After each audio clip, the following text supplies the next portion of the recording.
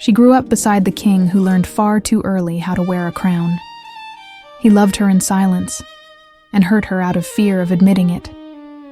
Between stolen glances, barely concealed jealousy, and wrong choices, love became a weapon and a weakness. On the night of the mates' ball, everything exploded. Public humiliation, wine thrown in the king's face, and a flight that would change destinies. She was taken like a trophy. He defied kingdoms for her. A duel, a choice, a truth that could no longer be hidden. Because when an alpha finally understands what is at stake, there is no kingdom, law, or enemy that can make him retreat. Ariella had always known how to recognize Lionel's presence even before seeing him. It was instinctive, like the air itself changed texture when he entered a room, as if every nerve ending in her body snapped to attention without her willing it. And in that moment, standing in the stone corridor that led to the royal library, she felt him before his deep voice echoed off the walls. She turned, and there he was. Lionel was walking in the opposite direction, speaking with two older advisors, his posture straight, broad shoulders filling the black cloak that marked his rank. His dark hair fell in waves to his jaw, tousled in a way that looked intentional, as if he had just woken up. The hint of stubble emphasized the strong line of his jaw, and when he laughed at something one of the advisors said, Ariella felt her stomach twist. He was devastating. He always had been. But now, at 26 years old, Lionel was no longer the boy she had known. He was a fully grown man, the king of Kelthar, alpha of an ancient bloodline, possessed of a charisma that made women of every age lose their breath simply by existing in the same space as him. And Ariella hated herself for not being immune. She leaned against the cold wall, pretending to adjust the braid that held her dark hair back, and watched him. Watching was all she knew how to do lately, observing from a distance while Lionel lived a life in which she was only part of the scenery, just another piece of the court, someone he greeted politely but never truly saw. It hadn't always been like this. The memory came without warning. Ariella at 7 years old, scraped knees after falling during training, and Lionel kneeling in front of her, wiping away the blood with his own shirt while swearing he would teach the idiot who had pushed her never to do it again. She had laughed, even with tears filling her eyes, because Lionel treated her pain as if it were his own. Because back then, they were inseparable. They grew up together, trained side by side. He taught her to fight with wooden swords while Eric, the beta's son, acted as referee between them, always complaining that the two of them cheated. Ariella won most of the time. She was faster, more agile, and Lionel pretended to be outraged, but smiled in that way that made her chest warm without her knowing why. Then, Lionel's father died, and the 14-year-old boy who laughed with her became a king who carried an entire realm on his shoulders. Little by little, Lionel pulled away. Not physically, he was still there, in the castle, at training, at meals. But emotionally, he built walls so high Ariella couldn't climb them. And worse, he began bringing women inside those walls. Beautiful, noble women, even a few exotic travelers who passed through the kingdom and left with stories about the young Alpha King who kissed as if he knew exactly what he was doing. Ariella watched it all. She saw the first time he kissed Lady Cassandra during a summer festival. She saw when he danced with Lady Isadora at the winter ball, their bodies so close there wasn't room for light between them. She saw all the others, so many she lost count, and each time felt something inside her die a little more. But she never said anything. What would she say? That she had loved him since she understood the meaning of the word? That every time he touched another woman it felt as though someone were tearing pieces out of her own heart? That she spent sleepless nights imagining what it would be like if he looked at her the way he looked at those noble women who held his attention for weeks, and then vanished as if they had never existed? No. Ariella swallowed it down, smiled when necessary, and cried in silence. Until she decided she couldn't take it anymore. The mates' ball would take place in 1 week, the most important ceremony of the year, where alphas claimed their choices, where unions were sealed beneath the full moon. And everyone, absolutely everyone, expected Lionel to finally choose a Luna. Ariella knew it wouldn't be her. Logically, rationally, she knew. But the heart beating in her chest insisted on believing that maybe, just maybe, if she finally found the courage to tell the truth, something would change. So she decided. That night, she would seek out Lionel. She would tell him how she felt, and if he rejected her, well, at least she would stop living in that torturous limbo between hope and despair. The advisors said their goodbyes to Lionel and continued down the opposite corridor. The king stood there for a moment, running a hand through his hair, and Ariella felt her heart race. Now, she could go to him. She could. A woman appeared out of nowhere. Lady Sienna, daughter of a minor baron, known for her stunning beauty and for drinking more than she should at social events. She swayed slightly as she approached Lionel, the red dress slipping dangerously off one shoulder, her blonde hair in disarray. "Your Majesty," her voice slurred, thick with drink. "I was looking for you." Lionel stepped back when she tried to lean on him. "Lady Sienna, you should rest. You've clearly had too much to drink." "I haven't." She laughed, the shrill sound echoing down the empty corridor. "I just want to talk. In private." Sienna took another step, deliberately invading his personal space. "Your chambers, perhaps?"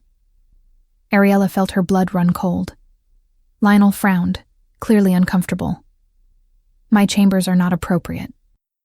I'll call a maid to escort you back to—" "Don't be so formal."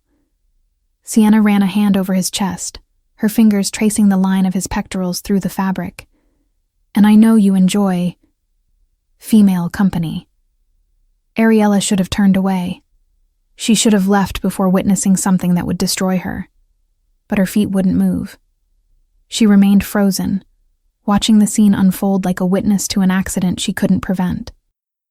Lionel grabbed Sienna's wrist, pushing her hand away firmly but without brutality. "You're drunk, and this isn't happening." "Why not?" Her voice took on a whiny, pathetic tone. "All the others. I'm asking you to leave." Lionel's voice went cold, losing any trace of gentleness. "Now." But Sienna didn't give up. She clung to his arm, pulling him toward the royal chambers at the end of the corridor. "Just a conversation, I promise." Lionel sighed, a sound of pure exasperation, and looked around, clearly searching for help. That was when his eyes met Ariella's. For a fraction of a second, the world stopped. He saw her, saw the exact moment she interpreted the scene as just another of his easy conquests. And Ariella saw something flash in his eyes, something like panic or regret, or perhaps just the reflection of torchlight. It didn't matter. Because before he could say anything, Sienna yanked him forward with surprising strength for someone so drunk, and the door to the royal chambers opened. Lionel disappeared inside, the door closing behind them with a sound that echoed like a death sentence. Ariella stood there in the empty corridor, her heart shattered inside her chest. She didn't see what happened next. She didn't see Lionel pry Sienna's hand from his arm the moment the door closed. She didn't see him immediately call 2 maids to escort the drunken lady back to her chambers, refusing any contact beyond what was necessary. She didn't see the absolute frustration on his face when he realized Ariella had witnessed it, and likely interpreted everything in the worst possible way. All Ariella saw was the closed door, and all she felt was the last spark of hope being snuffed out like a candle in a storm. She turned and ran. She didn't know where she was going. She only knew she needed to get away, needed to put distance between herself and that cursed corridor.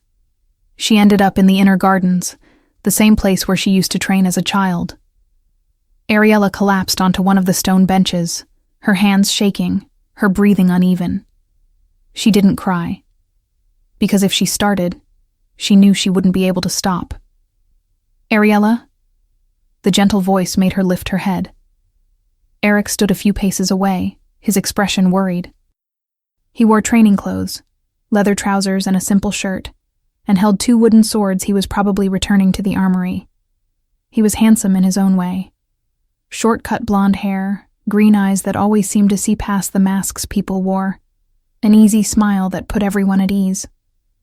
But to Ariella, Eric was just Eric.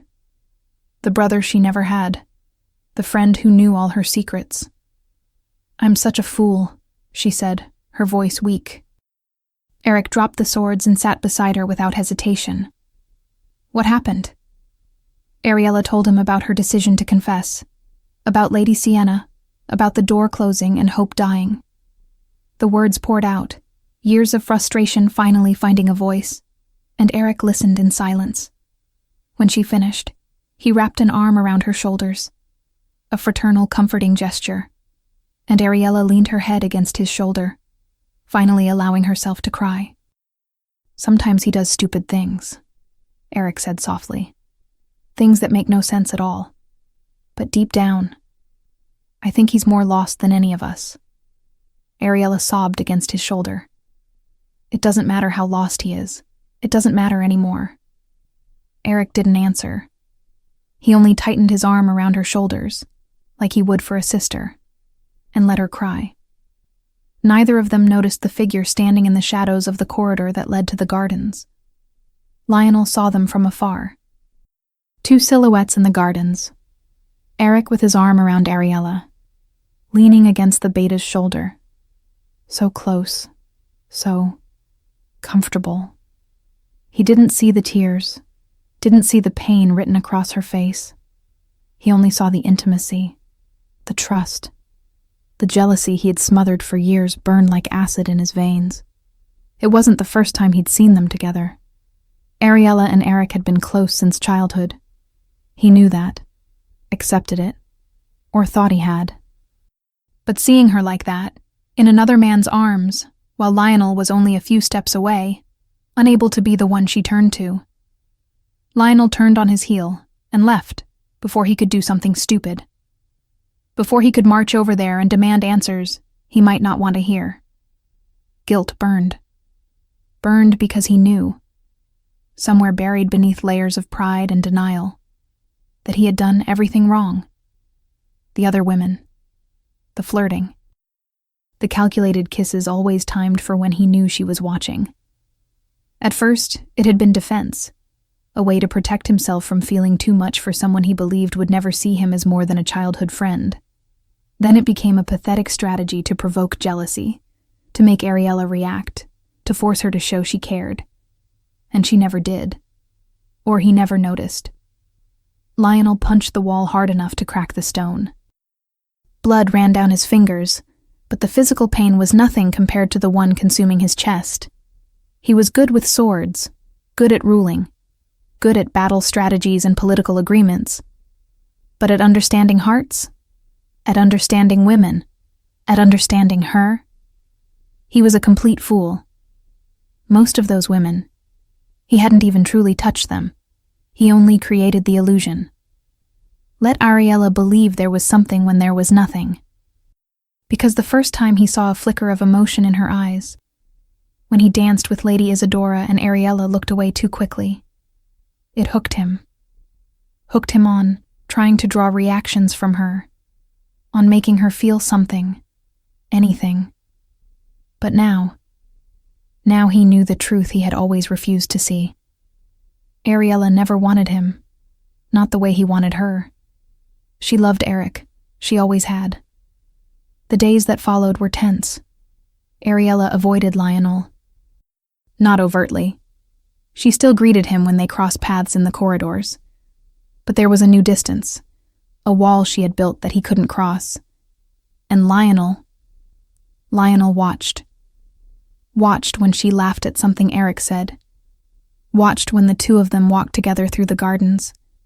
Watched and felt the jealousy grow like a living creature inside him, feeding on every look, every innocent touch, every shared moment that didn't include him. The royal guard felt everything through the mental bond that connected them. They felt the storm raging inside their king, the anger mixed with something deeper, more desperate. But no one dared comment.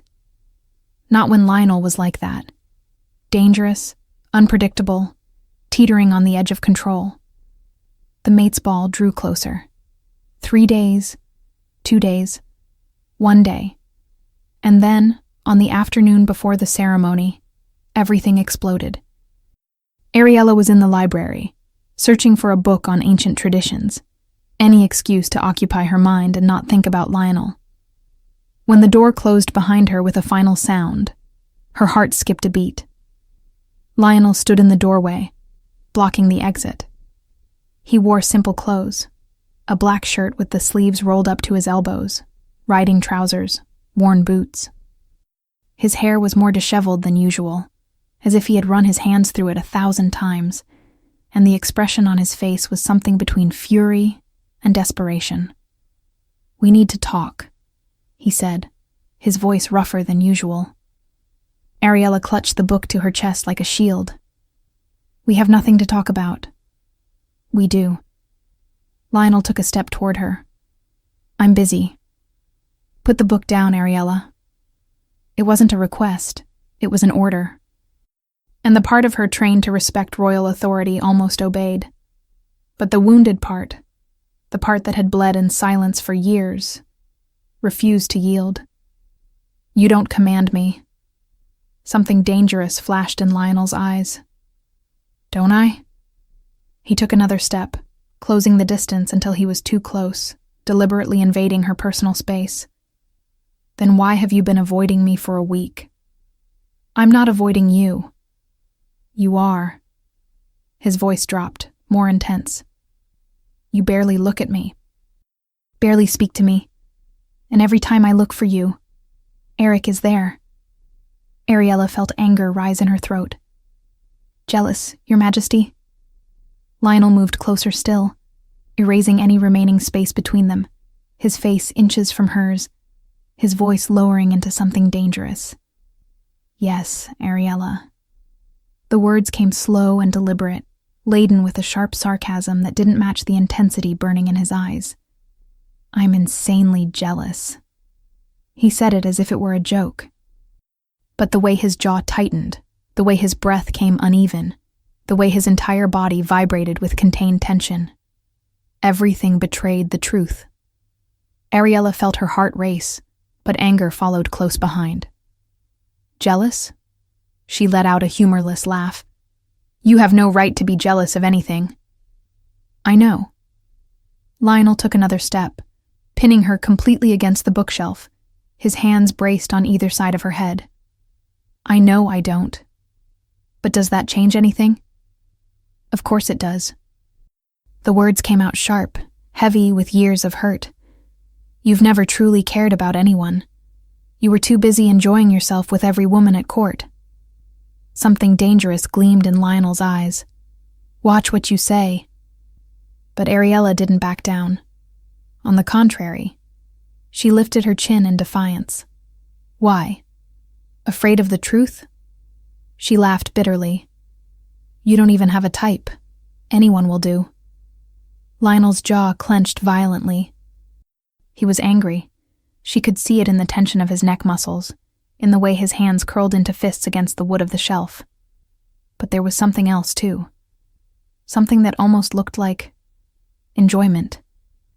As if he relished seeing her finally fight back. "Anyone?" His voice was low, dangerous. "Then tell me, Ariella, if I'll take anyone?" He leaned in, his face so close she felt his warm breath against her lips. "Why don't you take me?" Her heart skipped a beat. "I'm not just anyone." "Aren't you?" Lionel tilted his head, his eyes roaming over her face as if memorizing every detail. "Then what are you?" Ariella opened her mouth, but the words didn't come. Because she didn't know the answer. She didn't know what she was to him. She never had. Lionel saw the hesitation and pressed on. "You prefer other people." The accusation burst out before she could stop it, loaded with pain she couldn't hide. Lionel frowned. What are you talking about? Eric, Ariella said, tears burning, but she blinked hard, refusing to let them fall. Eric? You think I prefer Eric? Don't you? You don't know what you're talking about. Don't I? His voice took on a sharp edge. Because from what I see, you spend more time with him than with me. You laugh more with him. You trust him more. So tell me, Ariella, what am I supposed to think? You should think he's my friend. The outburst came before she could stop it. My friend who listens when I'm falling apart. Who doesn't judge me. Who doesn't go around kissing half the kingdom while expecting me to stand there and watch. The silence that followed was thick. Lionel studied her for a long moment, jaw clenched, eyes scanning her face as if waging an internal war. The irritation was still there, but mixed with something more dangerous, something that made the air between them vibrate. Ariella felt her chest tighten. The tension was suffocating, his body so close, the heat radiating from him, the way he looked at her as if he wanted to say 1,000 things but couldn't articulate a single one. She needed to leave, needed to put distance between them before she did something stupid, before she believed anything he might say. Ariella tried to move, to step aside, to escape the narrow space between his body and the shelf. But Lionel blocked her. Not aggressively. He simply moved with her, maintaining the closeness, his eyes never leaving hers, as if he knew exactly what she was trying to do, as if he wasn't going to let her. Move, she said, her voice weaker than she intended. Lionel didn't move. He only kept looking at her that way, as if seeing something he couldn't name, something that frustrated and fascinated him at the same time. Ariella saw the exact moment something in him snapped. The restraint he had held onto so tightly simply vanished. Lionel pulled her in. His hands found her waist, firm and decisive, dragging her back and erasing any distance she had tried to create. And then he kissed her. It wasn't asked for. It wasn't gentle. As if he had held it in for so long he could no longer control it. As if every second of arguing, every word exchanged, every charged look had been torture, and now he could finally breathe. And Ariella was lost. For a second, she thought about resisting, but her body wouldn't obey. Instead, her hands slid into his hair, pulling him closer, and she returned the kiss with the same intensity, the same need that had burned beneath her skin for years.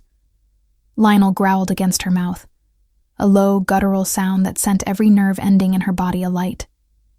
He pressed her fully against the shelf, his large body covering hers, eliminating any space, any chance of escape. The kiss deepened. His tongue invaded her mouth and Ariella moaned before she could stop herself. The sound itself snapped her back to reality. What was she doing? Letting herself be consumed by a kiss after years of watching him do exactly this with so many others? Ariella shoved Lionel's chest hard. He stepped back immediately, breathing hard, his lips swollen, his eyes dark. There was confusion there, and desire, and something that almost looked like fear of having gone too far. No. The word came out soft, but firm. Lionel ran a hand over his face, trying to regain control, his breathing still uneven. Ariella. Ariella ran for the door without looking back, because she knew that if she did, she wouldn't have the strength to leave. The door closed behind her with a final sound. And Lionel remained there, alone among the bookshelves, the taste of her still burning on his lips, and the devastating certainty that he had ruined everything once again. The night of the mates' ball arrived wrapped in a full moon and anticipation. The great hall had been transformed. Candles of every size illuminated every corner, casting golden shadows on the stone walls. White and silver flowers adorned the tables, their soft fragrance mingling with the scent of spiced wine and roasted meats. The music played low, waiting for the moment when the dances would begin. Nobles from all over the kingdom were in attendance. Some came with hopes of being chosen that night or at future balls. Others came simply to witness the ceremony that would seal alliances and destinies. And everyone, absolutely everyone, wondered whether King Lionel would finally choose someone this year, or postpone once again as he had in recent balls. Ariella entered the hall with her parents, her stomach twisted into knots. She wore a dark blue dress her mother had insisted was perfect for the occasion. Her black hair was loose, falling in natural waves down her back, and she had foregone excessive jewelry. If she was going to survive that night, at least she would do so as herself. Her eyes found Eric across the hall. He stood beside a young woman with brown hair and a shy smile. Lady Beatrice, Ariella realized. The way Eric looked at her, as if she were the only person in the room, made something tighten in Ariella's chest. Not jealousy, envy. Envy of someone who was loved so openly, so clearly. Then she felt it. His presence. Ariella turned slowly and found Lionel standing near the raised throne. He wore formal attire, a black tunic embroidered in silver, immaculate trousers, polished boots. His hair was more orderly, yet still held that deliberate disarray that made women sigh. And his eyes. They found her through the crowd with an intensity that made the rest of the hall disappear. For a fraction of a second, the world stopped. He saw her. She saw him. And the memory of the kiss in the library burned between them like a living ember. Then Lionel looked away first. Ariella felt her chest tighten. Of course. Of course he would look away. Of course he would pretend nothing had happened. As he always did. She turned, searching for a table where she could sit and become invisible. She found one in a corner, partially hidden by a pillar, and settled there with a glass of wine a servant offered. The ball began. Couples danced at the center of the hall. Laughter echoed through animated conversations. The music grew louder, cheerful and festive, celebrating unions yet to be announced or strengthened. Ariella drank. Not much, just enough to numb the ache that grew with every passing minute. She saw Eric approach her, concern written on his face. "Are you all right?" "I'm fine," she lied. "Go back to Beatrice. Don't worry about me." Eric hesitated, clearly unconvinced, but nodded and walked away. And it was at that exact moment that Ariella felt his gaze. She lifted her eyes and found Lionel watching her from across the hall. He was no longer near the throne. He stood among groups of nobles engaged in lively conversation, but his eyes were fixed on her, and on Eric, who had just stepped away. The expression on the king's face was one she knew all too well. Jealousy. Something broke inside Ariella. Enough. She rose and walked toward the side exit of the hall. She needed to get out. She needed air. She needed... Running away again? The deep voice made her stop. Ariella turned slowly and found Lionel a few steps away, blocking her path. He had moved fast. Far too fast for someone who should have been entertaining guests. "I'm not running away," she said, keeping her voice steady. "I'm leaving. There's a difference." "Is there?" Lionel tilted his head, that crooked smile curving his lips, though it didn't reach his eyes. "Because it looks exactly like what you do every time I get close. Maybe that's because every time you get close, you end up hurting me." The words slipped out before she could filter them, laden with too much truth, too much vulnerability. Lionel took a step toward her, his voice lowering. "Did yesterday's kiss hurt you?" Ariella felt her blood boil. "Don't be ridiculous." "Then why did you run?" "Because you felt nothing." The outburst came before she could stop it. "You're here, acting as if nothing happened, like you always do." Something dangerous flashed in Lionel's eyes. "Of course I felt nothing." The words came slowly, edged with cutting sarcasm. After all, it was just another kiss, wasn't it? He said it as if it were a joke, but there was an intensity burning there, in the way he stepped closer, in the way his jaw tightened, in the way his eyes never left hers. Ariella held her breath. You're impossible. And you're running away. Lionel took another step, closing the distance.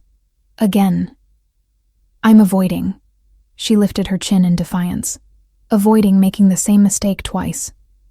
Mistake? His voice gained a rough edge. Is that what it was to you? A mistake? Before Ariella could answer, a female voice cut through the tension. Your Majesty? They both turned. Lady Vivian stood a few paces away, smiling, her eyes scanning the scene with poorly concealed curiosity. Forgive the interruption, but Elder Morrow is requesting your presence. Lionel did not move. He kept looking at Ariella as if Vivian did not exist. Tell him I'll be there shortly. Vivian hesitated, clearly surprised to be dismissed so easily. But, Your Majesty, he said it was urgent. Shortly. Lionel's voice went cold, turning into royal command. Vivian made a stiff bow and withdrew.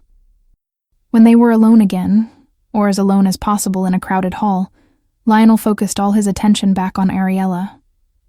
Where were we? Ariella let out a humorless laugh. You should go. The court is waiting. Your suitors are waiting. And what if I don't want to go? It doesn't matter what you want. The words came out bitter. You're the king. You have duties, obligations. And She made a vague gesture. I'm not part of that. Aren't you? Lionel moved closer still, his voice dropping to something near a growl. Then why can't I stop thinking about you? Why does seeing Eric near you drive me insane? Why is that damned kiss still burning on my mouth? Ariella felt her heart race. But the anger was still there, shielding her. Because you like games. You like wanting what you can't have. But when you do, when you finally do, she took a step back. You grow bored. Like with all the others. Lionel clenched his fists at his sides. Never what? Ariella cut in. Never truly wanted me? Never thought of me as more than the childhood friend? Then tell me, Lionel, what was that kiss? Impulse? Jealousy? Boredom? The silence that followed was heavy, and then Lionel did something she didn't expect. He stepped back, creating distance, his expression closing like an iron gate. You're right. His voice came out cold, too controlled. I don't know what it was. And you deserve someone who does. He turned to head back into the hall, but stopped, glancing over his shoulder. But since you seem so convinced that I feel nothing, perhaps you should stop acting as if you feel nothing too. And then he walked back into the great hall. Ariella stood there, trembling with anger and regret. She took a deep breath, trying to regain control, trying to understand what had just happened. But she couldn't stay there. Not alone. Not with those words still echoing in her head. She returned to the hall. Lionel was near the throne again, speaking with a group of elders. He looked completely composed, as if the last few minutes had never happened. As if she did not exist. And then Lady Vivian approached him. She touched the king's arm, smiled, said something that made the elders laugh, and Lionel smiled back. Something shattered inside Ariella. Of course he would return to that. To the proper ladies, to polite conversations, to a life where she was simply nothing. She turned to leave, this time for real, away from that castle, that ball, that man who destroyed her without even realizing it. But then she heard his voice, cutting through all the surrounding conversations. Funny how some people complain about others' choices. Ariella stopped, her heart racing. She turned slowly. Lionel was no longer speaking with the elders. He was looking directly at her from across the hall. And there was something dangerous in his gaze, something that made the air vibrate. When their own choices are already quite clear. The hall began to fall silent.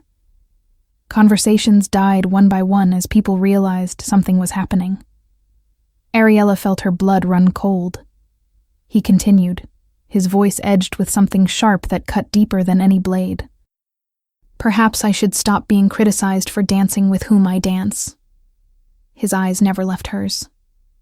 When certain people already have their preferences, very clear ones. Everyone in the hall understood.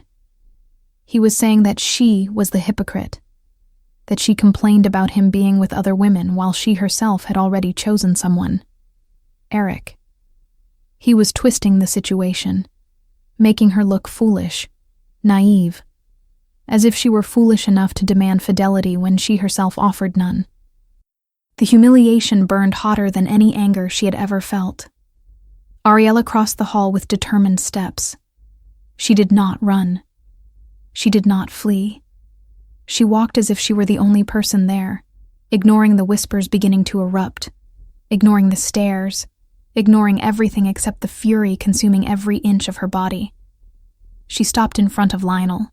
She grabbed a glass of wine from the nearest table and threw its contents straight into his face. The liquid ran down his perfect features, staining his tunic. The entire hall held its breath. Absolute, stunned silence, as if the world had stopped turning. Ariella did not stop. She raised her hand and struck the Alpha King across the face. The sound echoed off the stone walls like thunder. Lionel did not move. He only closed his eyes, his jaw tightening violently as the wine dripped. When he opened them again, there was something different there. Not anger, but recognition. As if he finally understood he had crossed a line he never should have. Ariella did not wait to see more. She turned and ran from the hall, her blue dress billowing behind her, the sound of her own footsteps muffled by the blood pounding in her ears. The murmur exploded the moment she disappeared. Shocked voices, outrage, some demanding immediate punishment. After all, she had assaulted the Alpha King in public. Others too stunned to form words. Lionel remained still for a second that felt like eternity. Then he raised his hand, silencing everyone with a single gesture. It was a misunderstanding. His voice came out calm, controlled, carrying the weight of royal authority. A disagreement between old friends. Nothing more. Elder Morrow stepped forward, clearly indignant. Your Majesty, with all due respect, she struck you. Publicly. This cannot. It can. Lionel cut him off, his eyes still fixed in the direction Ariella had taken. And it will, because anyone who uses this to tarnish Lady Ariella's honor. He finally looked at Morrow, and there was something so dangerous in that gaze that the elder instinctively stepped back. Will answer directly to me. Is that clear? No one dared argue. Lionel wiped the wine from his face with the back of his hand, his tunic ruined, his posture still impeccable. The ball continues. Enjoy yourselves. It was not a suggestion. It was an order. And then he left the hall in the opposite direction from Ariella, leaving behind a sea of whispers and speculation he had no patience to hear. He needed to think. He needed to understand how he had destroyed everything so completely, and he needed to figure out how to fix it before it was too late. Ariella reached the inner gardens with her vision blurred by tears that finally fell without restraint. She leaned against one of the marble columns, her legs giving way until she slid to the ground. Ariella. The gentle voice made her lift her head. Eric stood a few paces away, his expression split between fury and concern. I'm going to kill him, Eric said bluntly. I'm going to punch that idiot until he begs for mercy. Ariella let out a wet laugh, half sob, half disbelief. It's not worth it. It is. Eric moved closer and sat beside her. You're worth it. They sat there in silence for a while, Ariella crying as Eric simply held her hand. What neither of them knew was that while Ariella cried in the inner gardens of Kael'thar, another king was watching from far away. Aldrin of Dravok had never hidden his ambition. The kingdom of Dravok had grown in Kael'thar's shadow for generations, always one step behind in power, ancestral lands, and respect among the packs.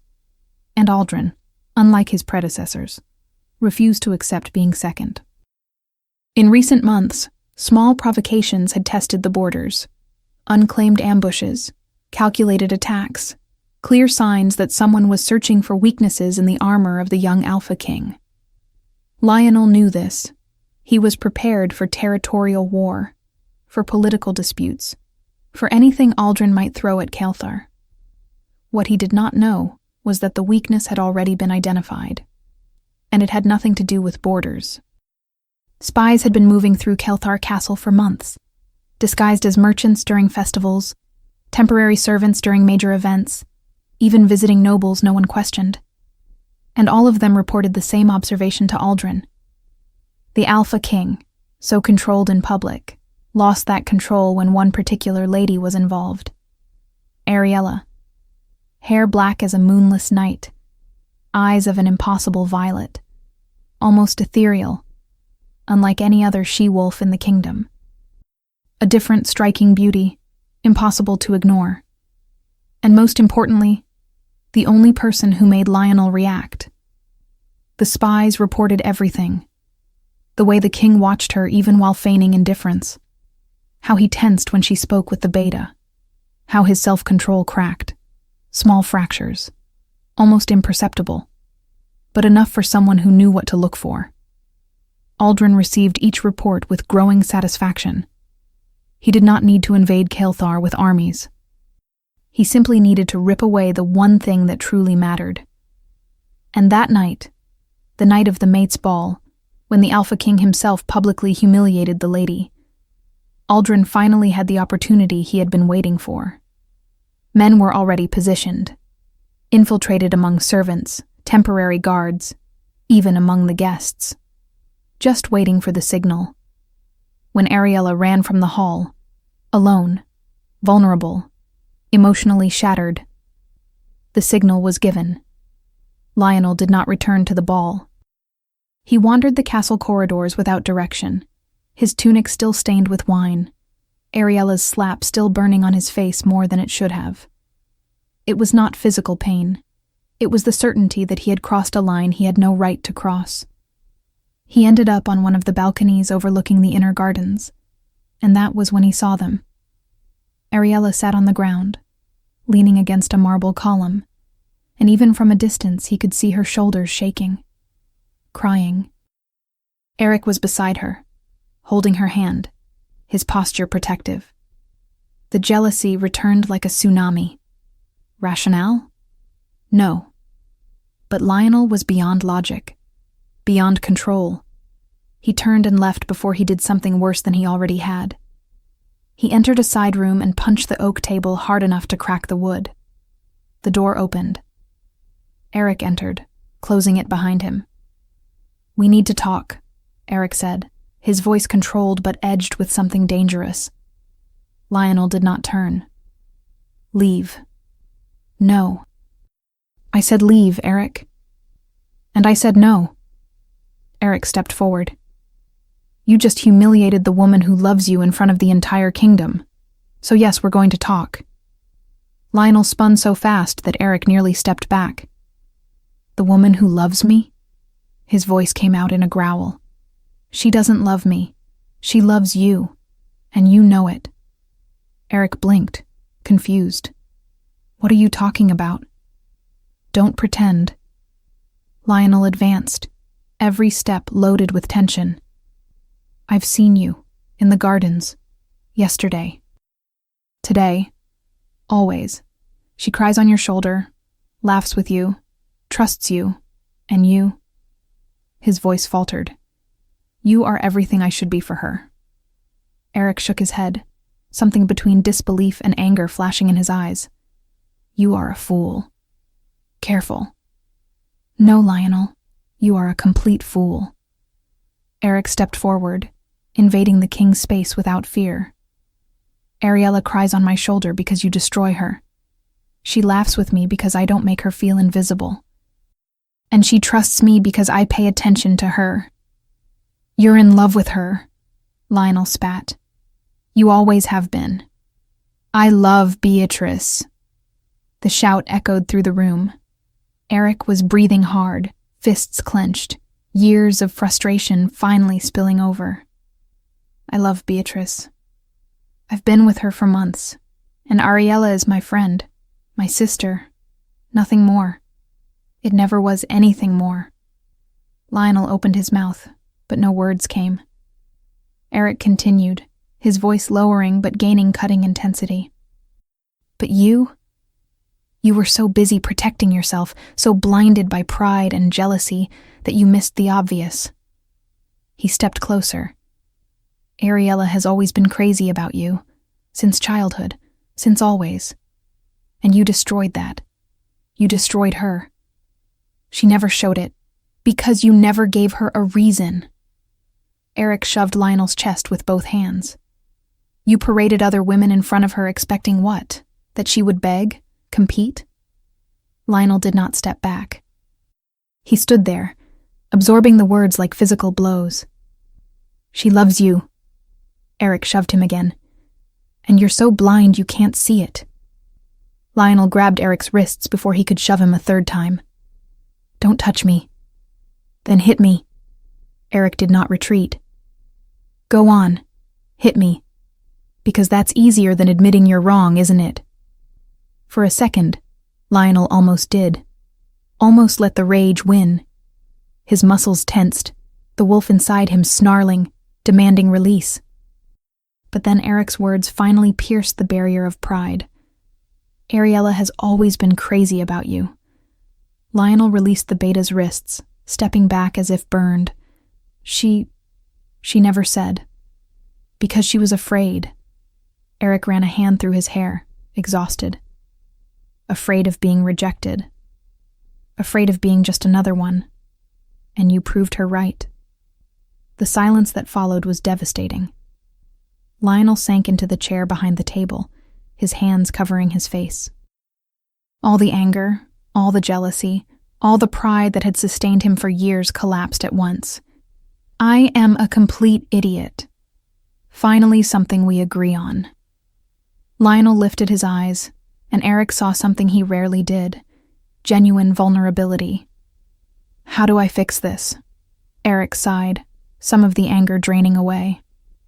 You go to her, now, and you tell the truth. All of it.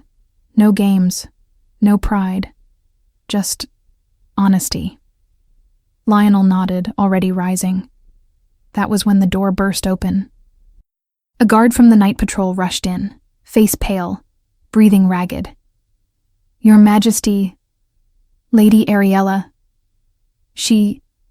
Lionel crossed the distance in 2 steps, gripping the guard's shoulders. She what? She's gone. Her parents are in the castle. No one has been able to find her since she left the ball. The world stopped. Lionel released the guard and ran, Eric close behind. The great hall was emptying when Lionel stormed in. He found Ariella's parents near the main entrance, Lady Helena with her face wet with tears, Lord Edmund trying to maintain composure and failing miserably. Where is she? Lionel demanded. We don't know. Helena clutched his arm, desperate. We searched the entire castle, the gardens, her chambers. She's gone, Your Majesty. Our daughter is gone. Lionel turned to the royal guard, who were beginning to gather. Search every inch of this castle, every room, every corridor, every damned corner. His voice rang with absolute command. Now! The guards scattered. Lionel closed his eyes, focusing on the mental bond he shared with the guard. Through it, he could feel the presence of each member, their emotions, their approximate locations. And sometimes, in moments of extreme danger or intense emotion, he could sense echoes of people close to the pack. People like Ariella. He searched. He extended his awareness beyond the castle walls, beyond the gardens, trying to find that familiar presence he had always recognized. He found only emptiness. No, not emptiness. Something more disturbing. An echo of fear, of confusion, and then nothing. Absolute silence, as if she had been torn from his reach. Lionel opened his eyes, his heart beating wrong. She's not in the castle. Eric came to his side. Did you feel anything? I felt fear, and then nothing. Lionel turned to Edmund. When was the last time you saw her? After the incident in the hall, she said she needed air. We followed, but she asked us to stay. Said she'd return shortly. His voice broke. We shouldn't have let her. Lionel was about to respond when another guard entered, carrying a sealed parchment. Your Majesty. This arrived with the night messengers. The seal was unmistakable. Black and silver. The crest of Dravok. Lionel tore the parchment from the guard's hands, breaking the seal violently. He read the words once, twice, feeling the fury rise with every line. King Lionel of Kael'thar, Lady Ariella is under my protection in Dravok. Do not worry, she is being treated with all the courtesy a lady deserves. I propose we resolve this misunderstanding in an honorable manner. A duel of alphas. You against me, under the witness of both realms. The victor will have the right to claim her. I await your answer. Or should I take your silence as cowardice? King Aldrin of Dravok. The paper ignited in Lionel's hands. Literally. Flames sprang from the parchment, fed by the fury burning beneath his skin, reducing it to ash in seconds. Lionel's mind raced. Ariella had disappeared only hours earlier, at most 6 or 7 since she had run from the ball, and the letter already stated she was under protection in Dravok. Dravok was 2 days' ride from Kael'thar, perhaps 3 at a normal pace. Which meant everything had been planned, not merely observed, planned weeks in advance. Aldrin had men positioned not only to abduct, but to transport. Rested horses, prepared routes, perhaps even relay points along the way to maintain speed. Ariella had been torn from Kael'thar and carried across the borders like express cargo. And Aldrin was already in Dravok waiting. Confident, because he was absolutely certain that Lionel would come. The royal guard around him felt the emotional explosion through the mental bond that connected them. The king's fury was not his alone, it was theirs as well, reverberating through the pack like a shockwave. One by one, the guards' eyes began to glow. Gold. Yellow. The wolf within each of them answering the alpha's call. Eric watched the ashes fall and frowned, struggling against his own wolf pressing to surface. How did he know? The question came low, urgent. How did Aldrin know about Ariella? Lionel stood still for a second, and then the truth struck him like ice. Spies. The word came out as a growl. Aldrin has spies embedded here, in the castle, perhaps for months. Through the bond, the guard felt the guilt mixed with fury. They felt the king's self-realization, the understanding that every reaction of his, every loss of control had been observed and catalogued. One of the captains stepped forward, eyes still glowing yellow. Your Majesty, if there are spies, we can— Too late for that now. Lionel turned, and his eyes burned with such intense gold they seemed incandescent. Aldrin never acts without calculating every move. He watched us. He watched me. His voice took on a bitter edge. Every time I looked at her, every time I lost control when I saw her with Eric, every damned reaction he saw, and he waited. Raw emotion cut through the bond like a blade. The entire guard felt it. Not just the rage, but the pain, the regret, the absolute determination. Eric clenched his fists, his own eyes flickering yellow before he forced control back. Waited for what? For the perfect moment. Lionel ran a hand through his hair, frustration and guilt tangled together. For public proof that the Alpha King of Kael'thar is ruled by feelings he cannot control, that I am weak. He turned to the guard, and through the mental bond, sent something that was not words, but absolute certainty. She is mine. And I am going to get her. Every guard felt it, and every single one responded with unshakable loyalty. The humiliation at the ball was the signal, Lionel continued aloud. Ariella leaving alone for the gardens was the opportunity, and Aldrin's men were ready, probably inside the castle itself, waiting. Lionel clenched his jaw. Fast, calculated, no traces. The silence that followed was heavy. Lady Helena sobbed. So our daughter is in the hands of that monster because of me. Lionel faced Ariella's parents without flinching. Aldrin took her because he knew she is my weakness, and he was right. The public admission, before the guard, before her parents, before witnesses, echoed through the hall. Eric stepped forward, his eyes returning to their normal green with visible effort. Then we go get her. Lionel nodded. His eyes still burned gold, and so did those of half the guard, an entire hall of wolves on the brink of transformation. Summon the War Council, now, and prepare my armor.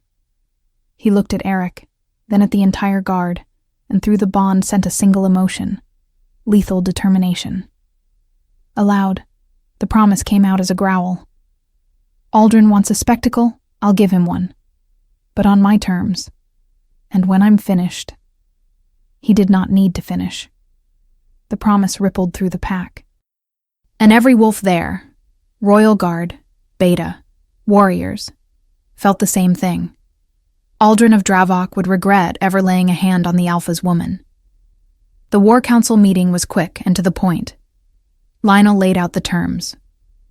The duel would take place on neutral ground, specifically in the Valley of the Ancient Moon, a sacred site between the two kingdoms that, by chance, lay closer to Kelthar's ancestral lands. A place where Lionel's bloodline would have a natural advantage. The elders protested. They said it was risky, that Aldrin would cheat, that the king should not expose himself like this. Lionel silenced them with a single look. Aldrin touched something he never should have, and he will pay. Anyone else have objections? No one spoke. Good. Prepare the horses. We ride at dawn. When the council dispersed, Eric stayed behind. You're going to bring her back, he said. It wasn't a question. It was a statement. I will. Lionel adjusted the sword at his waist. And when I do, I'm going to fix everything. All the crap I've done. Every mistake. Eric smiled, small, but genuine. Finally. Lionel looked at his friend, his brother, really, and nodded. Thank you, for not giving up on me. Someone had to give you a reality check. Eric shrugged. I'd rather it hadn't had to come to this, but... I know. Lionel held out his hand. Eric clasped it, and the bond between Beta and Alpha, which had been strained for so long, finally settled back into balance. Ariella woke with her head throbbing. The first thing she noticed was the smell. It was not the familiar scent of pine and damp earth that permeated Kelthar. It was something harsher.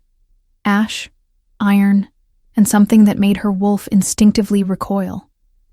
Dravok. The memory returned in jagged fragments, leaving the ball, the gardens, Eric trying to comfort her. Then, shadows. Hands grabbing her, a cloth over her face with a sweet, suffocating smell. Struggle. Darkness. She tried to sit up and felt her body protest. She was not injured, at least not visibly, but every muscle ached as if she had fought against her own capture. She probably had. The room was large, luxurious even.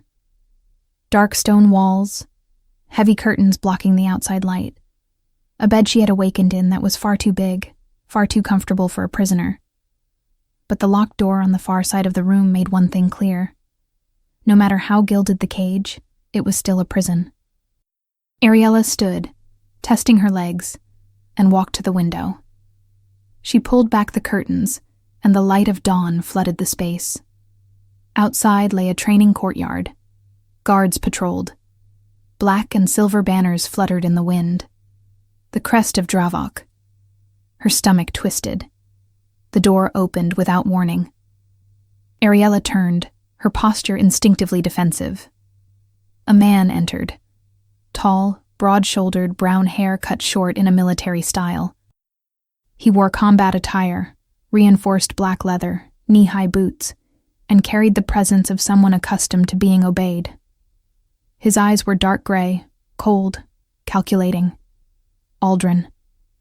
She recognized him even without ever having seen him in person. The way he moved, the way he occupied space, screamed rival alpha. Lady Ariella. His voice was deep, controlled, laced with false courtesy. I hope you rested well. Ariella did not answer. She only stared at him, refusing to show fear. Aldrin smiled, small, not reaching his eyes. Silent. Interesting. I expected more resistance. What do you want? The words came out steady, steadier than she felt. Straight to the point. I like that. Aldrin walked to a side table, pouring wine into 2 goblets as if they were old friends sharing a drink. I want what everyone wants, Lady Ariella. Power, respect, and the fall of a king who has ruled lands that should have been mine for far too long. He extended a goblet toward her. Ariella did not move. Aldrin shrugged and drank from her goblet. Your king received my proposal, a duel, honorable, witnessed by both realms. He set the goblet down, his eyes fixed on her. The victor earns the right to claim you. Ariella's blood ran cold. I am not property. Aren't you? Aldrin tilted his head.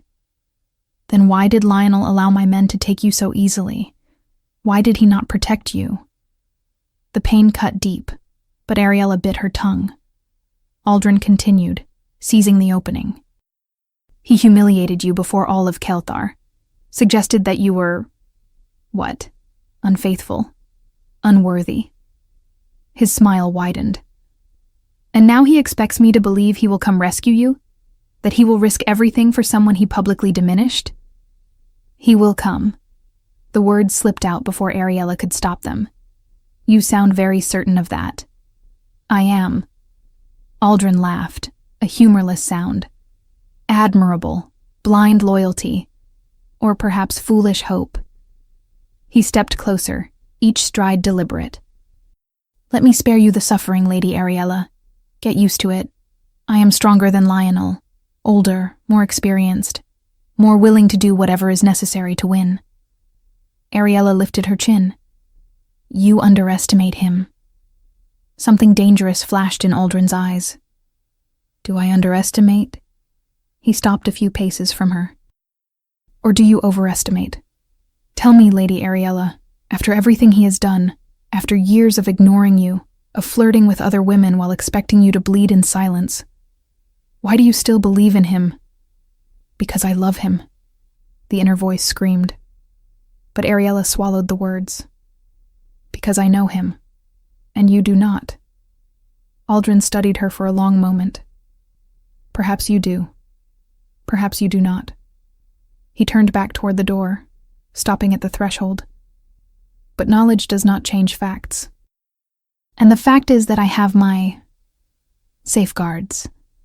Let us say I have prepared a few surprises should your king decide to show up. Ariella's stomach sank. You are going to cheat. I am going to win, Aldrin corrected, his smile returning. By any means necessary. And when I win, you will be my Luna. Kelthar will fall, and Lionel. He paused, savoring the words. Lionel will learn that there are consequences for weakness. The door closed behind him with finality. Ariella stood in the middle of the empty room, her heart beating wrong. What if he does not come? What if he comes and loses? Aldrin was older, more experienced, and he had clearly planned everything in advance. He had cards up his sleeve, tricks, Poisons, perhaps. Anything to ensure victory.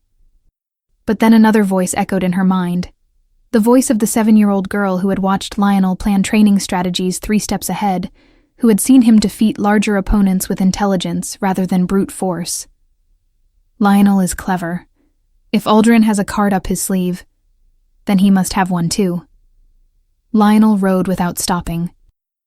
The royal guard followed in tight formation, their horses devouring the distance between Kael'thar and the Valley of the Ancient Moon as if they felt their rider's urgency. No one spoke. There was no need. Through the mental bond, they all felt the same thing, unshakable determination mixed with contained fury. Eric rode beside Lionel, posture alert, eyes sweeping the horizon. When they sighted the valley at dawn of the second day, Lionel pulled the reins.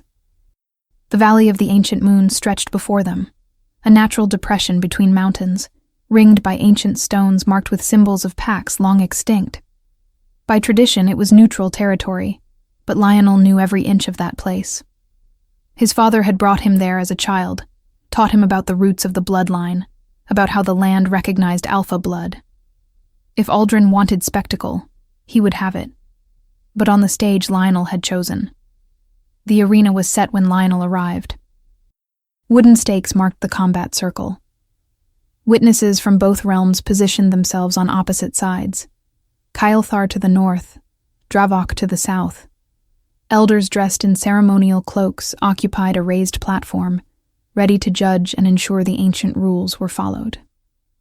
Aldrin was already there, standing at the center of the arena, arms crossed, the confident posture of someone who believed victory was assured. He wore light armor, reinforced leather that allowed movement without sacrificing protection. The sword at his waist was long, the blade slightly curved, efficient for quick cuts. Lionel dismounted. Eric gripped his shoulder for a second, a brief gesture of support, before moving away to join the guard. Lionel walked into the arena, each step measured, controlled.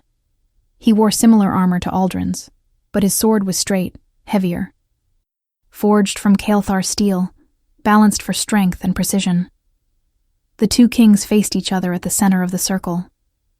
"I thought you might not come," Aldrin said, his smile not reaching his eyes. "Disappointed?" Lionel replied, his voice low but carrying something dangerous. "Surprised. I thought pride would speak louder." "Funny. I thought the same of you." Lionel tilted his head. "Yet here we are. 2 fools fighting over something you will never have." Aldrin narrowed his eyes. "We shall see." One of the elders stepped forward, his voice echoing through the valley. "The duel will take place in 2 phases, according to ancient law. First, combat in human form with weapons. Second, combat in wolf form. Surrender or incapacitation determines the victor. Death is permitted only in self-defense." He paused, looking at both kings. "Are you ready?"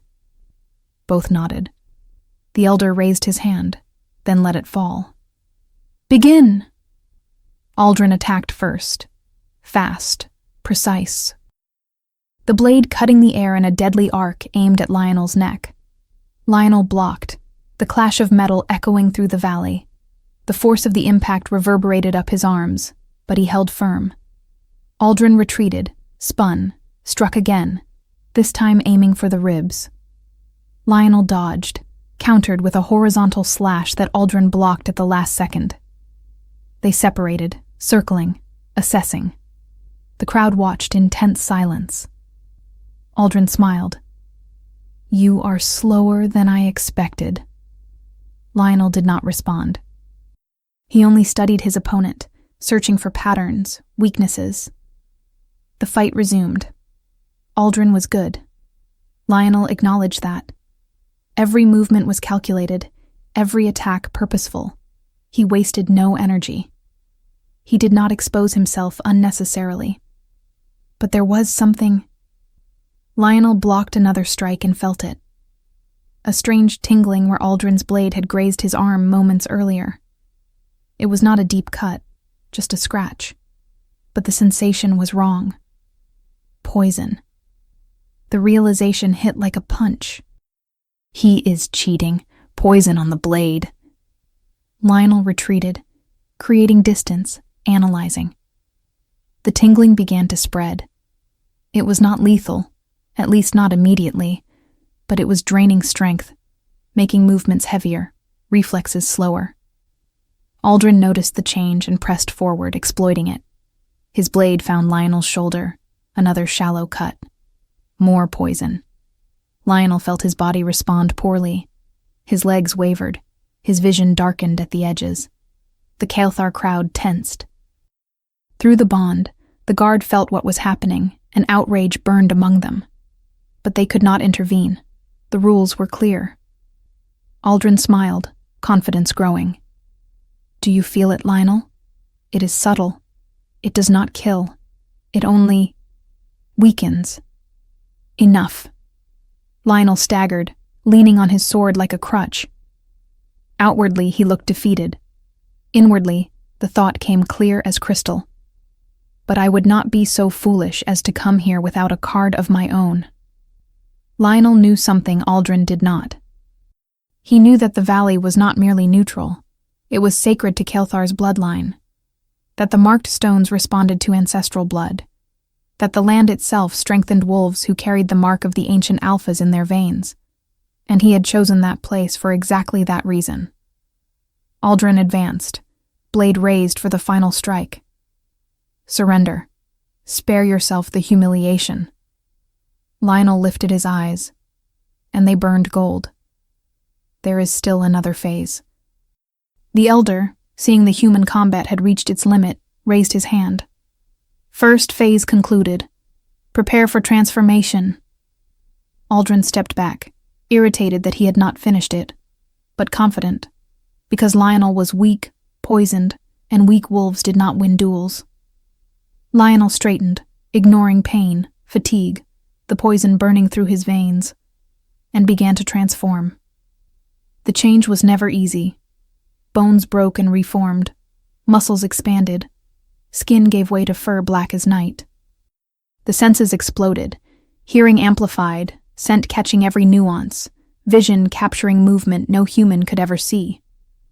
When Lionel emerged from the transformation, he was no longer a man. He was a wolf, enormous, muscular, golden eyes glowing with intelligence and purpose. Black fur absorbed the dawn light, making him seem forged of solid shadow. Across the arena, Aldrin completed his own transformation. Also large, dark brown fur, gray eyes reflecting calculated cunning. The two wolves faced each other, and then something changed. The valley responded. The ancient stones began to glow, softly at first, then stronger. Symbols carved into the ground ignited with silvery light, forming patterns that converged toward Lionel. Aldrin felt it and recoiled, confused. Lionel felt it too, and understood. Ancestral land recognizes alpha blood of Kael'thar. The poison weakening his human body had no power here. Not when the land itself strengthened him, recognized him, fed him with energy flowing through generations of his bloodline. Lionel felt the fatigue evaporate, felt strength return, muscles responding as they should, senses sharpening beyond normal. Aldrin realized his mistake. Too late. Lionel attacked, not with the hesitation of earlier combat. With pure fury, unleashed instinct, ancestral power surging through him like a flood, he collided with Aldrin with force that made the ground tremble.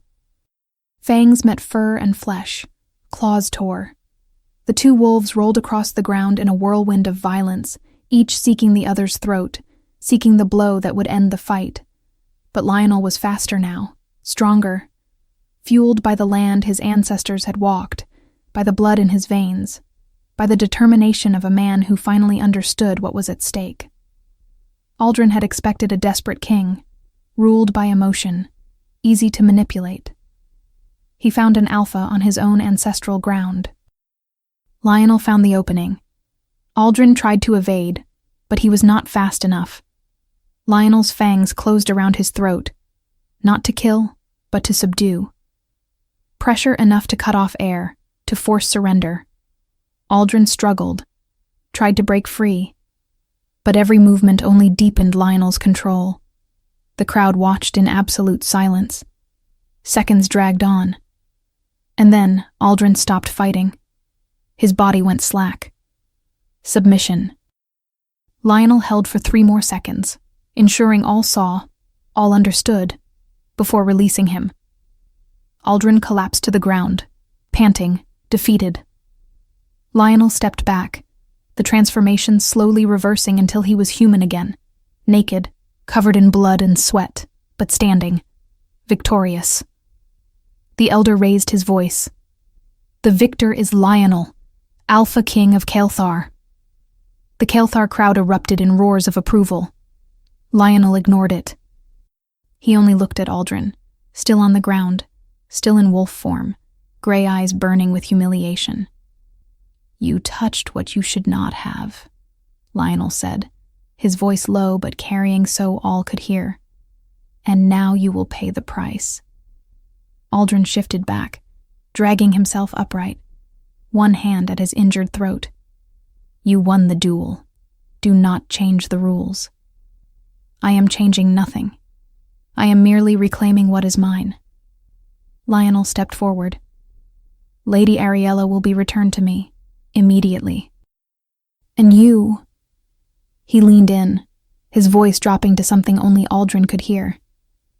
"If you ever think of touching what is mine again, there will be no duel. There will be no rules. Only war. And I promise you, there will not be one stone left upon another in your kingdom." Aldrin swallowed hard. Lionel straightened, turning to the elders. "I demand the terms be honored.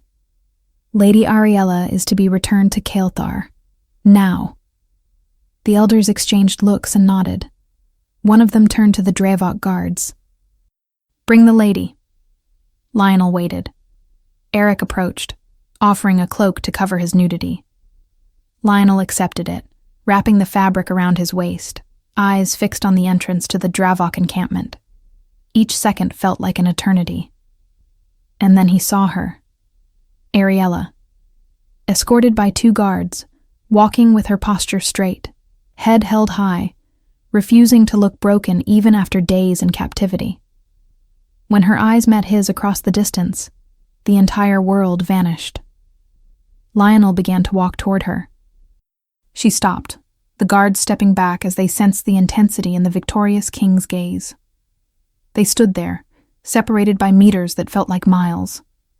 Lionel wanted to say 1,000 things, wanted to apologize, to declare himself, to promise he would never let her be hurt again.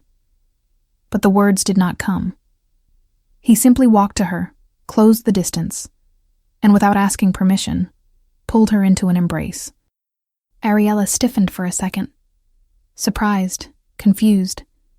Then her body gave in, her arms rising to wrap around his neck as she buried her face against his shoulder.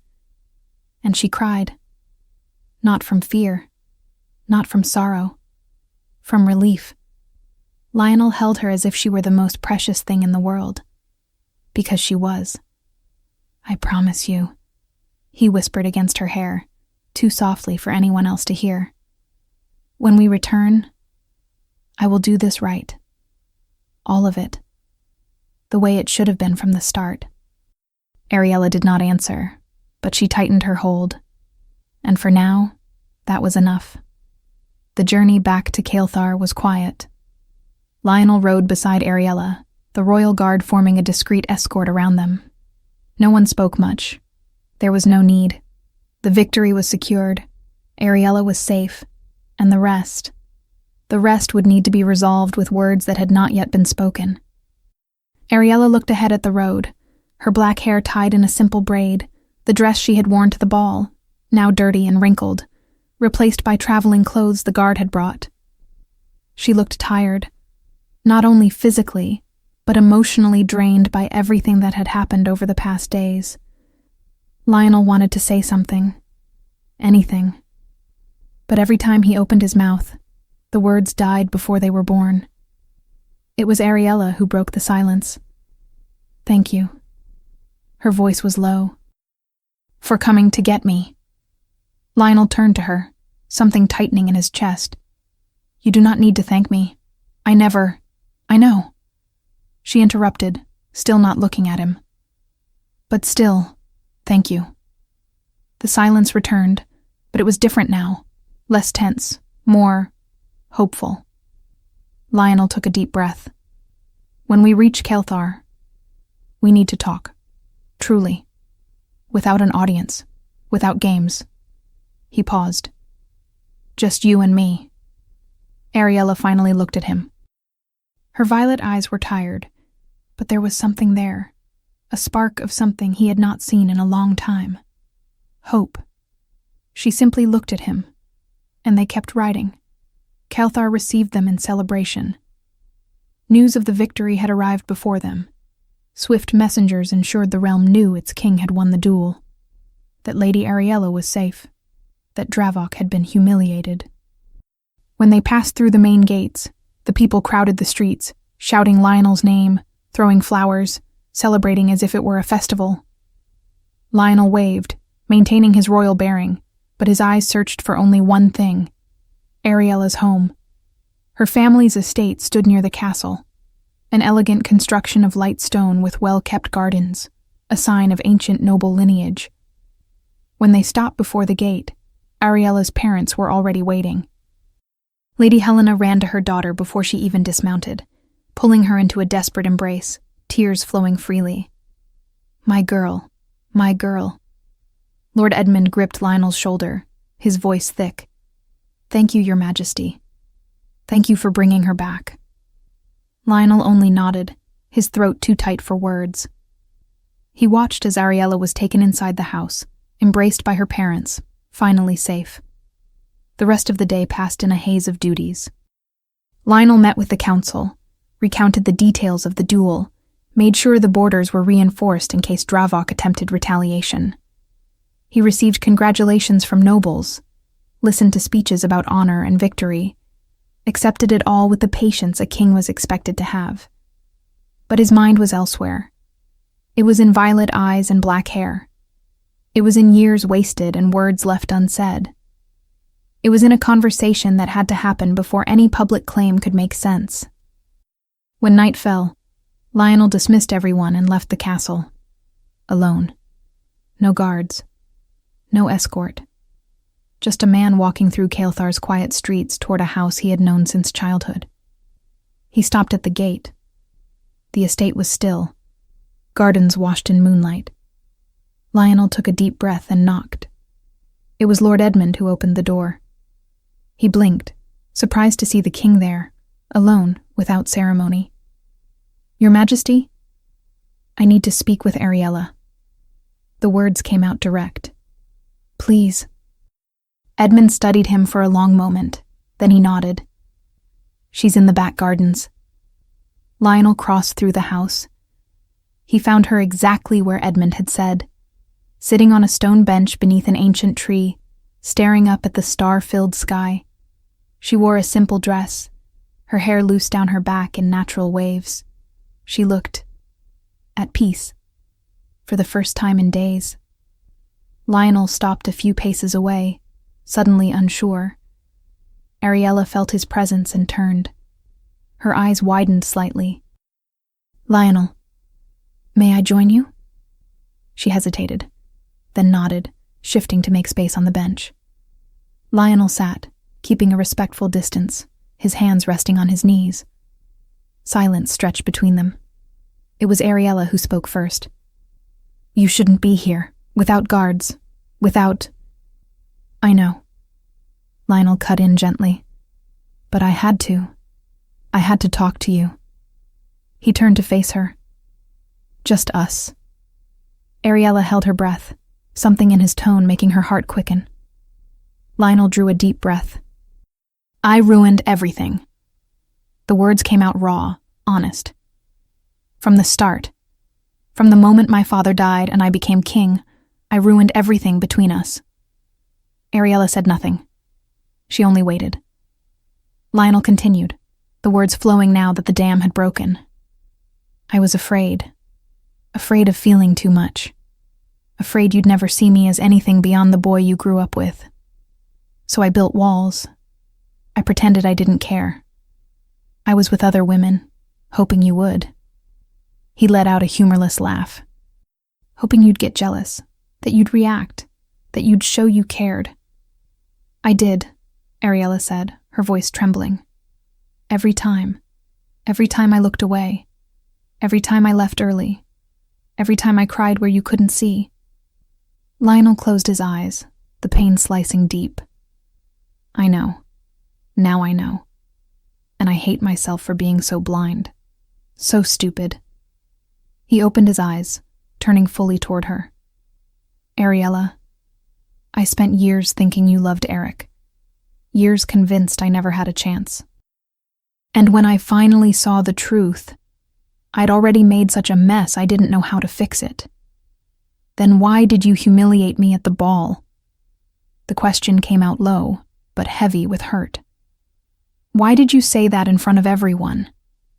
"Because I'm a coward." The admission came without hesitation. "Because I saw you with Eric after everything, and jealousy blinded me. Because I'd rather strike at you than admit I was terrified of losing you." Lionel reached out, stopping inches from her hand without touching it. "But I don't have excuses anymore. I don't have masks anymore. I only have the truth." "What truth?"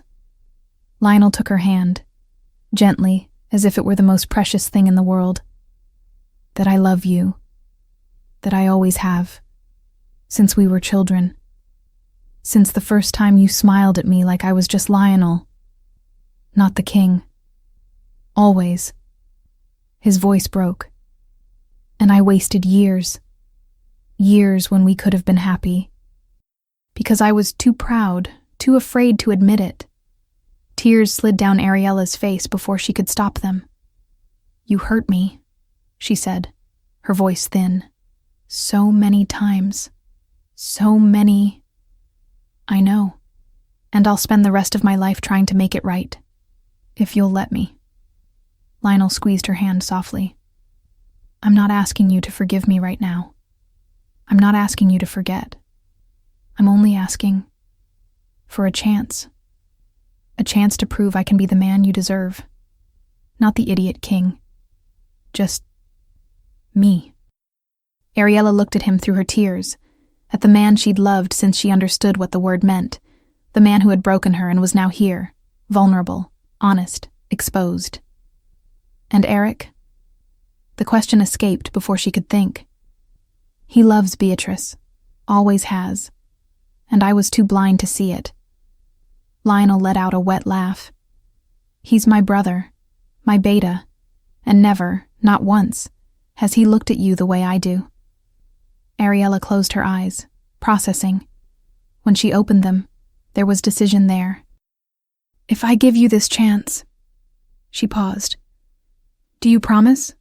No games, no masks, no pushing me away when you get scared?" "I promise." Lionel lifted her hand and pressed it to his chest, where his heart beat unevenly. "Do you feel that? It's been beating like this since the first moment I saw you again after Dravok. It beats like this every time you're near. And I won't pretend otherwise anymore." Ariella felt his heart beneath her palm. Fast, strong, real. And something inside her gave way. "I love you too," she whispered. "Even after everything. Even when I didn't want to, I never managed to stop." Lionel held his breath, and then he closed the distance. The kiss wasn't gentle. It wasn't careful. It was years of frustration, pain, and unreturned love finally finding release. His hands rose to her face, holding her as if he were afraid she would vanish. Her hands clutched his shirt, pulling him closer. When they parted, breathless, Lionel rested his forehead against hers. "Tomorrow," he said, his voice rough. "Tomorrow, in front of the entire kingdom, I'll do this the right way. I'll claim you the way it always should have been. Publicly. Without fear." He pulled back just enough to look into her eyes. "If you'll accept." Ariella smiled, small, but genuine. Ask me tomorrow." "I will." Lionel stole another kiss, softer this time. The great hall of Kelthar had never been so full. Nobles from every region had arrived. The news had spread. King Lionel would make an important announcement. After the victory over Dravok, after the dramatic rescue of Lady Ariella, everyone wanted to know what came next. Ariella was in chambers prepared for her inside the castle, attendants helping her dress. She wore a gown, something in tones of silver and white, fluid fabric that caught the light like water under moonlight. Her hair was loose, falling in natural waves. Lady Helena held her daughter's hands, eyes shining. "Are you sure?" Ariella nodded. "I am." And she was. Because the conversation the night before had changed everything. It hadn't erased the pain. It hadn't erased the mistakes. But it had shown that Lionel finally understood. That he was finally willing to be honest. To fight for them. And that was enough to begin. When she descended into the great hall, the murmur died. All eyes turned to her. She saw familiar faces. She saw curiosity. She even saw a few who likely expected her to stumble. But it didn't matter. Because at the center of the hall, beside the throne, stood Lionel. He wore formal attire, a black tunic embroidered in silver, the royal mantle over his shoulders, the crown resting on dark hair. He looked every inch the king he was. But when his eyes found hers, Ariella saw beyond the crown. She saw the man who had been in her gardens the night before. Vulnerable. Honest. Hers. Lionel stepped down from the raised dais and walked toward her. The entire hall watched. He stopped before her, extending his hand. Ariella took it, and together they walked to the center of the hall, where all could see, where all could hear. Lionel turned to the crowd.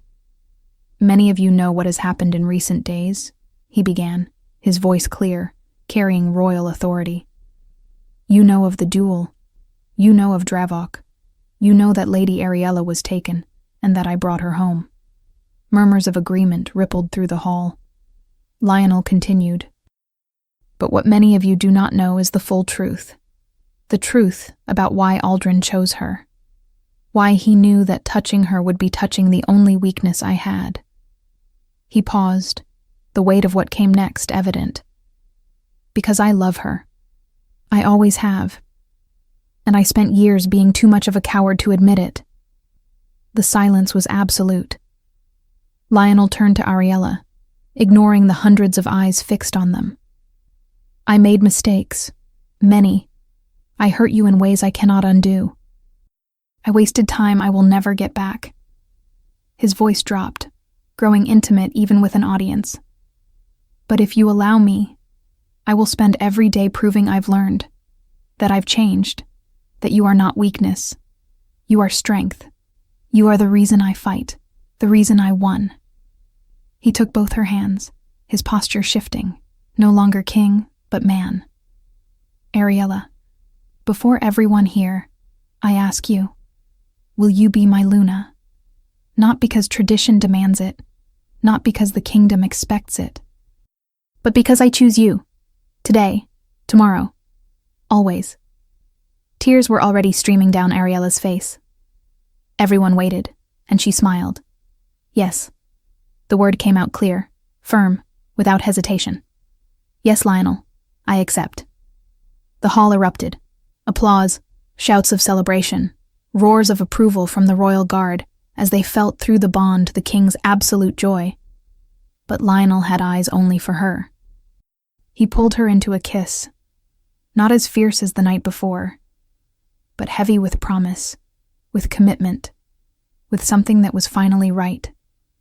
When they parted, he pressed his forehead to hers, whispering too softly for anyone else to hear. "Thank you for giving me this chance. Don't make me regret it," she whispered back, but she was smiling. Lionel pulled back enough to lift his hand, silencing the hall. "By ancient law and by the bond of our pack, I claim Ariella as my Luna. Let all be witnesses. He turned to her again, his eyes already shifting. Bright gold. The marking was part of the ritual. Ancient. Necessary. A seal that told the whole world she was his and he was hers. Lionel lowered his head toward her neck, his teeth lengthening slightly. Not to harm. Only to mark. Ariella tilted her head to the side, baring her skin, her heart pounding unevenly. When his teeth pressed, soft but firm, against the spot where neck met shoulder, the pain was brief. Almost imperceptible. What came after was something else. Heat. Connection. As if something between them sealed permanently, irrevocably. Lionel pulled back, his eyes still gold, and she saw the mark, small, silver, glowing against her skin like a living tattoo. A symbol of claiming. A symbol that she was Luna of Kael'thar. The hall thundered with renewed celebration. Eric approached, Beatrice beside him, both smiling. "Finally," Eric said, clapping Lionel's shoulder. "I thought you'd never get here." Lionel laughed, genuine, light, free. "So did I." The celebration continued into the night. Music, dancing, food, wine. Kael'thar was not only celebrating victory over Dravok, but the union of its king with the woman who should have been Luna all along. When the moon was high, and most guests had already left, Lionel and Ariella finally withdrew. He led her through the castle corridors to the royal chambers, now theirs. Not only his. He closed the door behind them, and finally, they were alone. Ariella turned to him, something nervous mixed with anticipation in her violet eyes. Lionel walked to her slowly, his hands finding her face with tenderness. "No regrets?" he asked softly. "None," she answered. And when he kissed her this time, there was no audience, no kingdom. Nothing but the two of them and the future they could finally build together. The right way. From the start. Dawn broke over Kael'thar with the promise of better days. The kingdom had faced threats. It had bled. It had nearly lost something precious. But it had endured. Stronger. More united. Lionel woke with Ariella in his arms, her black hair spread across the pillow, the claiming mark visible on her neck, a permanent symbol that she was his and he was hers. And for the first time in years, he felt no fear, no doubt. Only certainty. Certainty that there were things worth fighting for. People worth bleeding for. And that sometimes, the greatest act of courage wasn't winning duels or ruling kingdoms. It was simply being honest, being vulnerable, being human. Ariella stirred, her eyes opening slowly to meet his. She smiled. And Lionel knew that no matter what came, they would face it together. As it always should have been.